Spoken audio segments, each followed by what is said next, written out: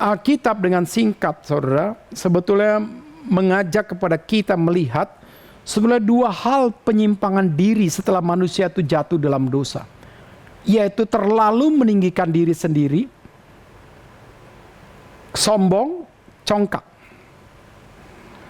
Dan itu terjadi sebelum manusia jatuh dalam dosa, akhirnya jatuh karena kita lihat Adam dan Hawa ada potensi ini. Nanti kita study case masalah penyangkalan diri ini, masalah kehilangan jati diri. Roma 12 ayat 3 mengingatkan itu juga. Bagaimana supaya kita ini sadar bahwa ternyata kunci kita supaya tidak boleh sombong dengan pikiran, Roma 12 ayat 3, adalah iman yang mengontrol. Jadi kalau seseorang tidak punya iman, wajarlah dia menjadi orang yang sombong. Wajarlah dia menjadi orang yang congkak. Kenapa? Memang tidak punya iman. Tapi problemnya Pak Tumpal, ada orang punya iman, kok sombong dan sangat congkak.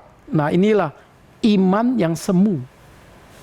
Jadi orang Kristen belum sungguh-sungguh mentuhankan Kristus. Jadi orang Kristen tidak sungguh-sungguh iman menjadi pengontrol untuk rasio. Nah ini di sini kita diingatkan, 1 Petrus 5 ayat 5 juga ingatkan panggilan kita harus berperang untuk Tuhan. Kedua, penyimpangan citra diri atau jati diri kita adalah ketika kita mudah merendahkan diri sendiri atau orang lain. Memandang diri atau memandang orang lain itu rendah. Rendah secara rasio, rendah secara kemampuan, rendah secara strata hidup, rendah secara ekonomi, rendah secara ini. Itu terus ada di tempat kita. Kita tuh berdosa. Menganggap diri kita lemah, menganggap orang lain lemah. Nah itu bahaya sekali, Sur. Sehingga kita nggak percaya sama orang itu. Dan kita akhirnya, jangan percaya dia pasti begini-begini. Padahal dia sudah berubah misalnya. Nah, di dalam bagian ini, Saudara, ini juga dosa. Ya, ini dosa sekali, Saudara.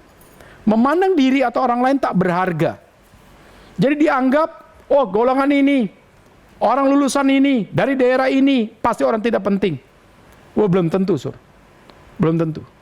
Jadi dalam bagian inilah, Saudara, Lukas 18 ayat 9-14 mengingatkan kepada kita.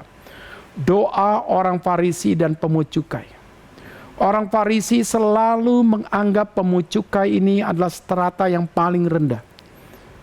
Yang tidak berarti, yang lemah. Maka ketika dia di dalam berdoa pun ini dijadikan kompetisi. Bahkan dalam doa syukur dia, ini dijadikan contoh. Dia tidak seperti pemungut cukai. Jadi dalam bagian ini, saudara, kita lihat, di dalam orang berdoa pun sudah berdosa.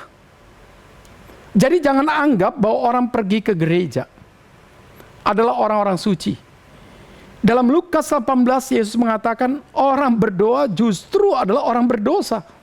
Kenapa? Karena dia pergi ke gereja ingin menyombongkan diri. Ingin menyatakan hebatnya rohaninya. Bahkan dalam doanya dikemas. Dia tidak sama dengan semua orang. Dia memberikan perpuluhan. Dia berpuasa. Bla bla bla bla bla bla. Nah, di dalam bagian itu, saudara, dia menonjolkan jati diri secara lahiriah. Yang lebih parah, dia menyombongkan kepada Tuhan untuk segala sesuatu. Jadi dalam bagian ini, saudara, ternyata orang yang rajin ke gereja pun, orang kelihatan rohani pun ternyata tidak saleh. Kenapa saya katakan orang ini rohani? Coba aja lihat. Berpuasa, memberikan perpuluhan, hidupnya begitu memenuhi Taurat, ternyata, saudara, hidupnya tidak saleh. Kenapa tidak saleh? Karena dia tidak mengembalikan hidup berdasarkan daripada apa kata Tuhan tentang manusia. Dia tidak melihat manusia berdasarkan jiwa seseorang yang sudah diberikan peta teladan Tuhan. Dia tidak melihat seseorang yang bisa diubah dalam nilai kuasa Tuhan. Maka sangat mudah dia akhirnya menganggap orang itu lemah. Menganggap orang itu punya hal yang di bawah dia. Nah di sini, saudara, kerohanian dikompetisikan. Dan saat itu dia menyombongkan diri di hadapan Tuhan. Maka Tuhan Yesus katakan, orang ini berdoa pulang sebagai orang yang direndahkan. Pemungut cukai pulang sebagai orang yang ditinggikan oleh Tuhan. Dia mendapatkan satu nilai image dari pemungut cukai, dari orang Farisi, dia rendah. Dilihat daripada orang Farisi, dia orang tidak berharga, orang lemah. Tapi ketika dia berdoa, dia seperti orang yang sungguh-sungguh mengenal diri orang berdosa. Dia minta belas kasihan Tuhan. Dia minta compassion Tuhan.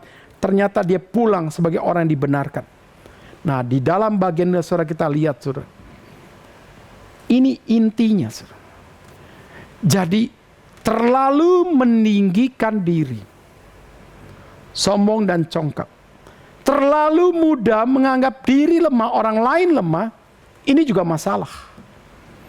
Maka penyakit inferiority. Kadang-kadang itu adalah sesuatu yang cepat harus dibereskan. Ketika orang tidak percaya diri. Karena trauma, karena pengalaman, karena apa yang dilihat orang lain pernah gagal. Jadi satu hal di mana kita melihat diri tidak bisa berbuat apa-apa. Hati-hati, itu belum tentu berdasarkan nilai daripada Tuhan. Itu karena nilai dirimu. Nah, di dalam bagian nilai kita harus belajar bagaimana ketika kita menjadi orang inferiority juga bisa salah.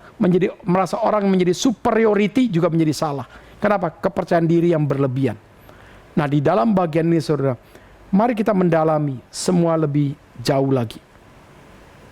Nah, kita masuk dalam studi kasus kita tentang jati diri yang terhilang. Nah, saya mengajak saudara, ketika kita studi kasus, saya memakai variabel yang sama dan indikatornya yang berbeda-beda karena konteksnya itu berbeda-beda.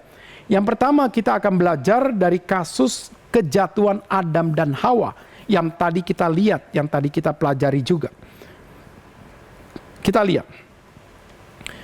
Di dalam intelek, memakan buah pengetahuan yang baik dan jahat itu. Dan keberanian daripada Hawa untuk akhirnya mengambil karena dipengaruhi dengan janji pengharapan yang palsu daripada setan. Dan akhirnya dia makan, setelah itu dikasih kepada suaminya Adam yang di sampingnya. Nah, semuanya ini saudara menunjukkan kepada kita dari aspek nilai variabel intelektualitas, rasio seseorang itu menyingkapkan akan ketidakpercayaan Adam dan Hawa kepada Tuhan. Dan menyingkapkan satu kesombongan. Saya ulangi.